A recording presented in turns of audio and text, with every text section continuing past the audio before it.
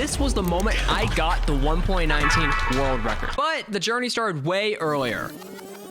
I was looking for an interesting speedrun to try out and came across this run by PodX12, which was the 1.19 world record. 22:52 seemed easily beatable. I mean, I have a 12:24:116. It can't be that hard, right? It all began on February 1st, where I slowly began learning how this run would operate. There are some key differences between 119 and 116. Mapless doesn't exist. Magma ravines are gone. Fog rendering changed so that I can't see anything. Pie chart is a joke and doesn't update properly, so fortresses are a pain to find. The brightness is capped at 100% instead of 500%, so when you're in a cave, it's dark. And these troublemakers. But the main issue was the pearl rates. In 116, it was considered rare at one point to get enough pearls. And in that version, it takes around 42 gold to get 12 pearls, while in 119, it takes 185 gold. To avoid this issue, I went in with the expectation that I was going to farm Enderman in the warped forest. It's slow, but at least it's consistent. Well, sorta. With the differences in mind, I started doing runs. And on one of my first runs, I got on the pace when I randomly dug into a fortress. Dude!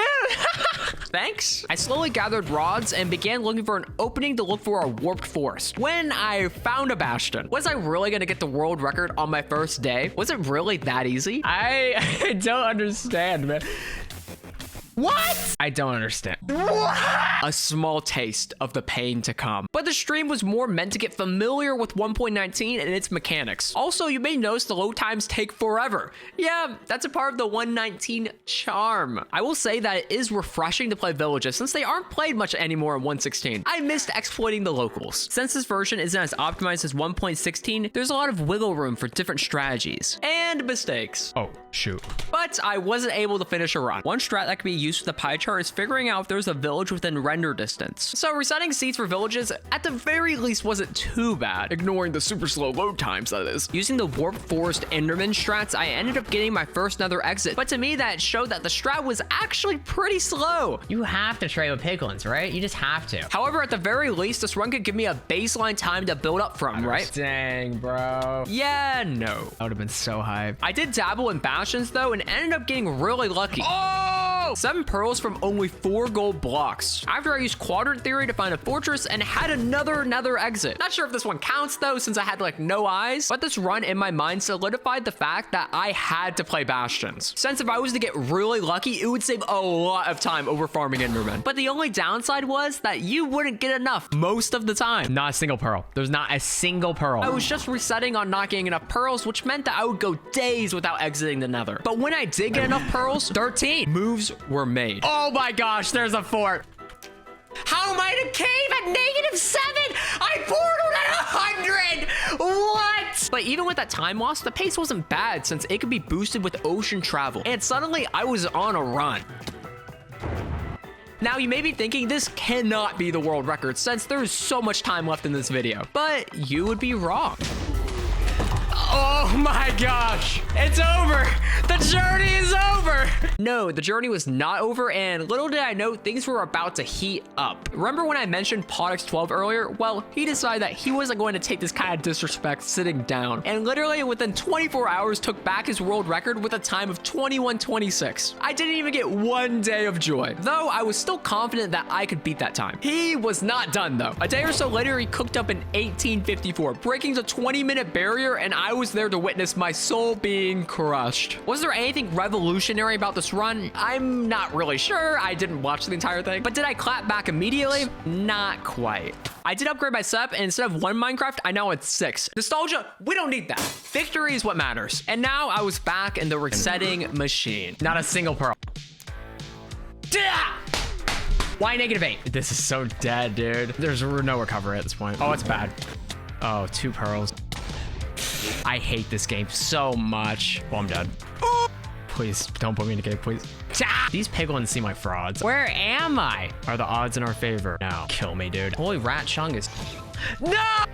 This is a really good setup. I did have this looting run where the pace was truly my best. Looting removed the need for a bastion and waiting for piglin trades. 14 pearls. Should be somewhere around here. But also made the fort split quicker. Heading to the stronghold, I was nervous. I really didn't want to choke this run. And I was in the stronghold with 4 minutes to beat the game. Plenty of time, right? Well, I've never been real good at mazes. At the very least, I could get a PB. Do I need to set up slab cycle? Oh wait, I don't have enough wood for beds now. I threw up. Who let Lil Bro cook? While crushing, this run laid out that I could get the world record, with the right luck, that is. Entering a seed and playing it to realize that there is no fortress in the entire country was really nice. 522 blocks. Or going the wrong way to the fort. Was it not left? Or not getting enough pearls. 0 pearls. Something would always go wrong. 3 pearls. Ugh.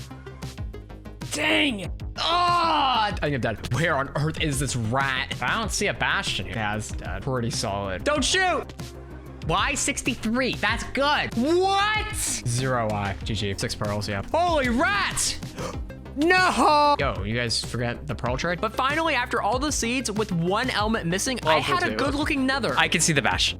Oh, well, I only received 10 pearls, but decided just to roll with it. Since I also had only 10 obsidian, after the fortress, I had to head back to my home portal to measure eyes before building my portal. I am incredibly terrified right now.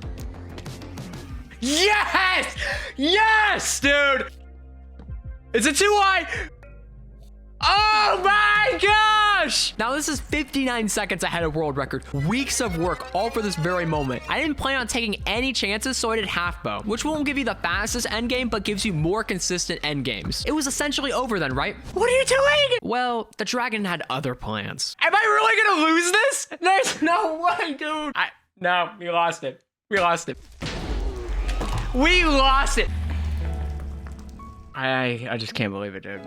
All the pieces, everything was coming together. Everything. And I just don't know what to say. I mean, that was everything I could have wanted out of a run. We still fall short, even with the pieces aligning. I feel like I should feel really happy right now, but I honestly just feel like straight up death. 12 seconds behind world record, all because of a bad perch. For reference, that was a 303 end, or in the worst 10% of ends. This was a really tough defeat. The odds of the run coming together were low, and I didn't even think about the dragon at all. I had the fastest end enter in 1.19, but not the fastest time. So close, yet so far. I continued on, but couldn't manage to get a run that was remotely close to that one. Days went by, and I was confident that I could get the world record, but unsure if I wanted to put in the time to get the world record. I didn't think I'd be able to top my 1603 end enter. This was supposed to be a goofy category and a free world record, but now I was knees deep into this category. Was it even worth it? Every time I tried, I would get curb stomped by this game. I'd stream and show up believing in myself to be told that I've been saying that every day. Why would today be any different? It felt like it was me against the world, trying to prove myself but falling short time and time again. Was this a battle worth fighting? Slowly though, I was getting better and learning the different quirks of 1.19. I made a basic practice map for portals and practice bastions and eye measurements, so that when I got a good seed, I wouldn't mess up what was in my control. It is dead. 2 pearls. Unlucky, man. We will make it work. 3 pearls. This one might be it. No! You... How am I supposed to feast on the blood of our enemies with only 2 pearls? How was there just no 4? Yeah, it's over. Today is our day. We have waited for this moment.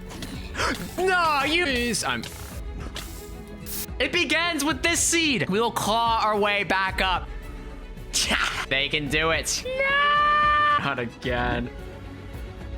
1 eye, GG. Literally, if we got enough, that was probably a world record. We will change history with this one run.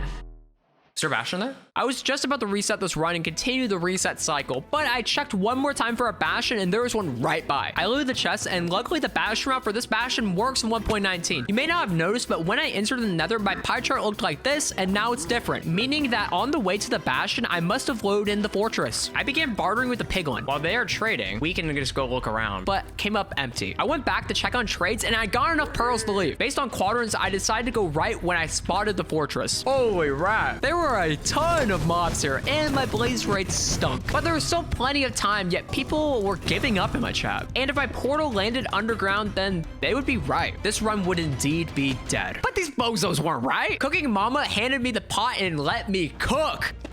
And cook I did as I portaled right into the stronghold. I still needed to find a portal room, which I did, but I had a stroke crafting a bow. A 1602 end enter, 1 second faster than the run that I had dreamt about. This is what I had grinded for day in and day out, getting back up and continuing on every time this game threw me down. It all came down to the dragon. I did half bow again, then prepared myself for the perch, which I received.